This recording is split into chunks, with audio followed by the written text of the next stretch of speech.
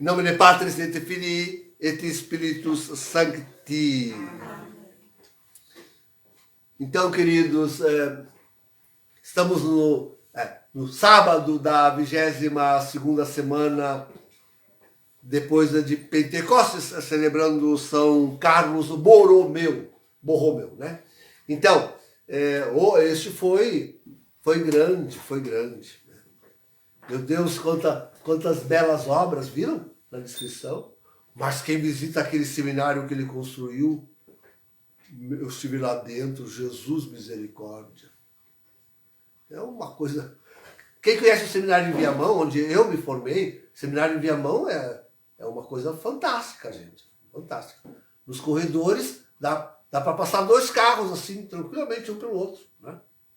Nos corredores, dá para passar 2 carros. São palácios. Né? Mas o seminário de Viamão, que é imenso, tem alguns lugares que são 7 andares, para 500 pessoas. Para 500 seminaristas, né? Fora os padres, freiras, irmãs, tudo. Enfim, tá bem. Mas de Carlos Borromeu, acho que 2, 3 vezes maior do que o de Viamão. Então, estive lá, já estava abandonado, sem vocações. A pergunta é pelo sacerdote hoje, né? Pelo bispo hoje, pelo padre hoje. Qual seria o padre e o bispo ideal para enfrentar o nosso tempo? Né? Claro que a gente podia falar sobre a aplicação do concílio. Essa é uma das grandes chaves da vida de São Carol. Ele foi um aplicador do Concílio de Trento. Né? Colocou em prática. O Concílio de Trento inventou os seminários, o Concílio de Trento arrumou a missa, rezamos ela. O Concílio de Trento, tudo. Ordenou os sacramentos, matrimônio, hein?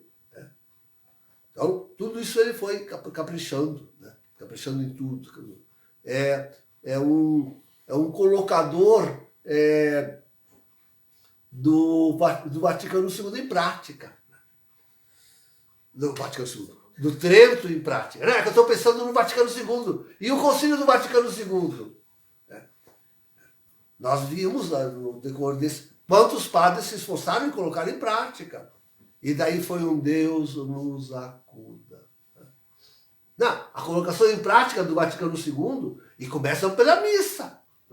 Sim, começamos sempre pela missa. A missa do Vaticano II, essa de Paulo VI Bonini, um horror. O que se presta a abusos é uma coisa inimaginável.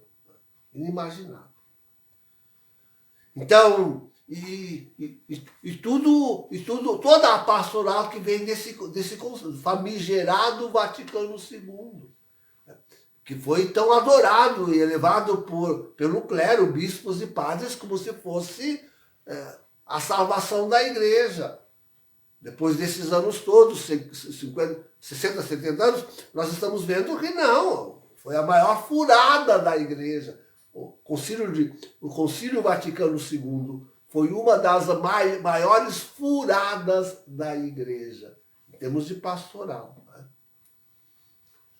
Mas nem isso é importante hoje, queridos. Porque hoje nós temos que enfrentar um antipapa que é nada mais, nada menos que o falso profeta de Apocalipse do 13, 11 e seguintes. Apocalipse 13, 11 e seguintes. Esta contra-igreja que está aí. Que bispo, que padre para enfrentar esta contra-igreja? Esta é a questão. A resposta, digo, de padre, sobretudo de padre-bispo, que resposta eu vou dar de bispo? Que resposta eu vou dar de bispo? vamos dizer aí, esses nossos amigos, entre aspas, bota em muitas aspas, por favor. Amizade comigo, pelo menos, com muitas e muitas aspas. Mas vamos citar alguns aí, como... Vamos começar lá pelo Sara, depois o Schneider, o Müller, o Burke, o... que mais? Tem mais algum, né? Brand Müller, tem mais algum, né? Zen. Na verdade, de tirar o Barrete para um, cujo nome honrosíssimo, eu não vou saber, não vou lembrar de dizer, emérito, lá do Texas, né? Como é que é o nome? Hã? Como é que é? Gracinda. O Gracinda. Ainda bem que... O Gracinda. Este é o único. Não, tem mais alguns, talvez, né? Mas, mas esses continuam lá, estão lutando lá na contra-igreja, continuam lá na contra-igreja. Né? Continuam lá na contra-igreja. Chamando Francisco de Santo Padre. Né? Achando que ele é Papa, legítimo. Né? E outras ignorâncias mais. Né? Então, participando como Müller participou desse horror que foi o sínodo da sinodalidade. Então, estão lá. São esses os bispos que eu melhor posso citar. E depois, sim, sacerdotes. Sacerdotes temos mais, né? Nem dá para citar. Então, temos mais sacerdotes. Mas o problema é a divisão entre nós. O entendimento da realidade e a divisão entre nós pense nos conservadores. Eu tenho uma pena tão grande da fraternidade sacerdotal São Pio X. Tenho uma pena tão grande. Porque tem uma vocação mais antiga. Né? Se seguissem fielmente, eu vou dizer agora eu vou dizer assim, o espírito do seu fundador, Monsieur Lefebvre, né? Se seguisse o espírito do fundador, eles com certeza reconheceriam que estamos no fim dos tempos, duas, que se trata aí de um falso papa, de um antipapa, que é o falso profeta. Então, é uma pena deles que agarraram-se somente a um tradicionalismo. Um tradicionalismo, afinal, fica oco e vazio, porque é na obediência a esta contra-igreja, a comunhão e na obediência com esta contra-igreja. Agora, aqui no Brasil, rebelou-se mais um sacerdote contra isto. Aqui em São Paulo, né? Mais um sacerdote, não sei dizer o nome dele. Mas eu também não me informei muito sobre o caso, sei que se revoltou. Temo que seja mais um apegado à tradição, à missa tridentina simplesmente, não enxergue muito mais na frente do próprio nariz.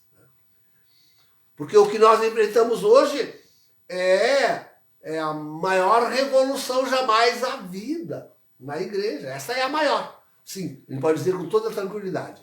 O que nós enfrentamos hoje é a revolução jamais havida em toda a história da Santa Igreja. Ponto. Esta é a verdade. E se nós vamos pensar em termos de sacerdotes para enfrentar isto, padres e bispos, né? Quanta luz, quanta clareza eles não tinham que ter. Eu já citei aqui os pontos, né? Só para recordar, tem que acreditar que estamos no fim dos tempos. Não acreditar nisso já é um cego. Começa por aí. Né?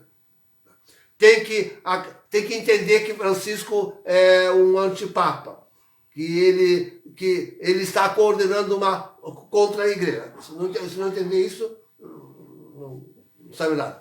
Tem que entender que não basta ser tradicionalista, pelo amor de Deus, não basta ser tradicionalista. Não se trata de voltar será que modelo de igreja, não se trata simplesmente disto. Né? de querer conservar uma liturgia belíssima. Olha o Burke com aquela roupa de cardeal, com a longa cauda aquela de... Eu acho que ele pode portar uma de 15 metros. Né? Quer dizer, tradicionalismo, a tradição pela tradição. Vira a tradição pela tradição. Então são pontos que realmente importam ao sacerdote ser lúcido a respeito de todos eles. Com toda a claridade, com toda a claridade. Agora,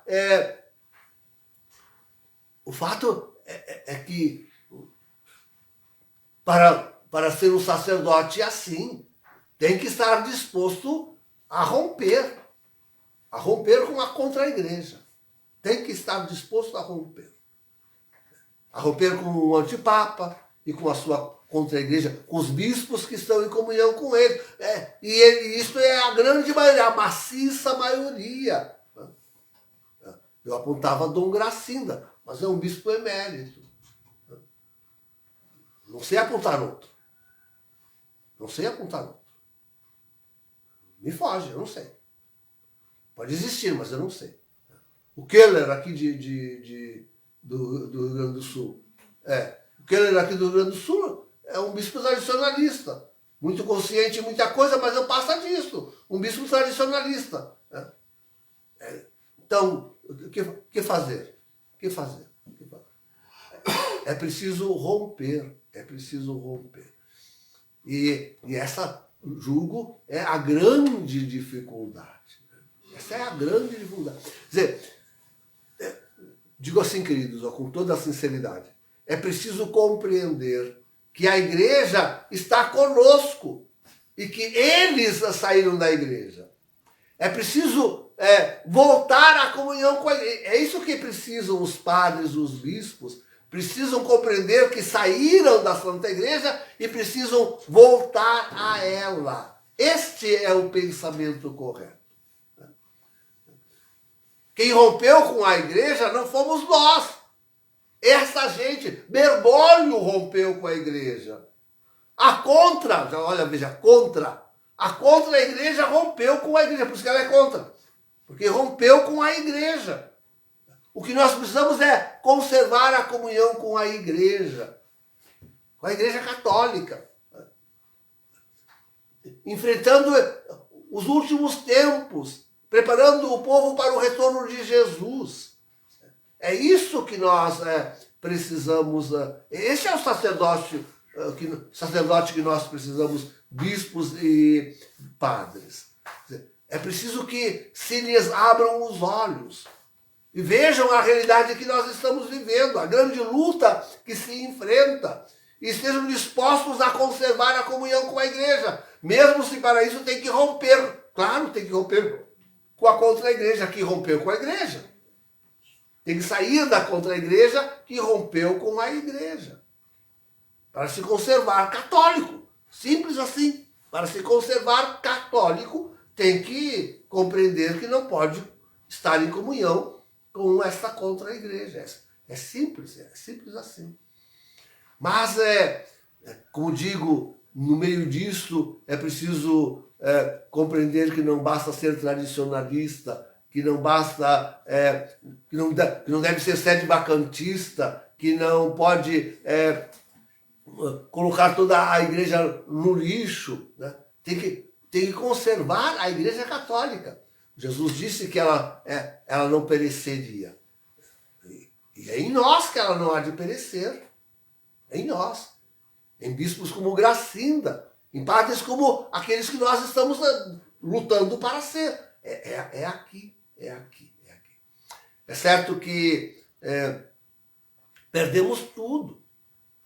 Perdemos as dioceses, perdemos os seminários, perdemos as obras de caridade, perdemos os nossos hospitais, perdemos os religiosos, as religiosas. Eu tenho uma aí, né? Perdemos perdemos tudo. Perdemos a multidão dos padres e dos bispos, perdemos tudo. Vamos perdendo tudo, quase tudo. Mas nós nos conservamos a Igreja Católica sobre o mundo. é importantíssimo. Isto é importantíssimo. Oxalá esses padres e bispos, muitos deles que se sentem oprimidos, Miller está demonstrando isso. O cardeal Miller está demonstrando isso. Ele saiu horrorizado do sínodo da sinodalidade. O resumo dele, já o disse aqui, é que o sínodo da sinodalidade está trabalhando a todo custo por 2 pontos, isto é, dizer que a homossexualidade é coisa boa e santa e dizer que as mulheres podem ser ordenadas a sacerdote. Pronto. Então, esse bispo que saiu horrorizado, oxalá eles nos conhecessem. Oxalá eles compreendessem todos estes pontos e voltassem à comunhão com a Igreja Católica, simples, corajosamente, rompendo com a contra-igreja, que rompeu com a Igreja Católica. Então, queridos, rezemos muito pelos padres, pelos bispos, porque é uma obra, uma coisa difícil, muito corajosa de fazer. Uma coisa corajosa de fazer. Imagina um pároco, imagina um bispo diocesano, é uma coisa corajosa. Mas já foi feita outras vezes. Agora com mais força e com mais coragem ainda, porque o desafio é o último, o mais tremendo de todos os já enfrentados. Em nome do Pai, do Filho e do Espírito Santo. Amém.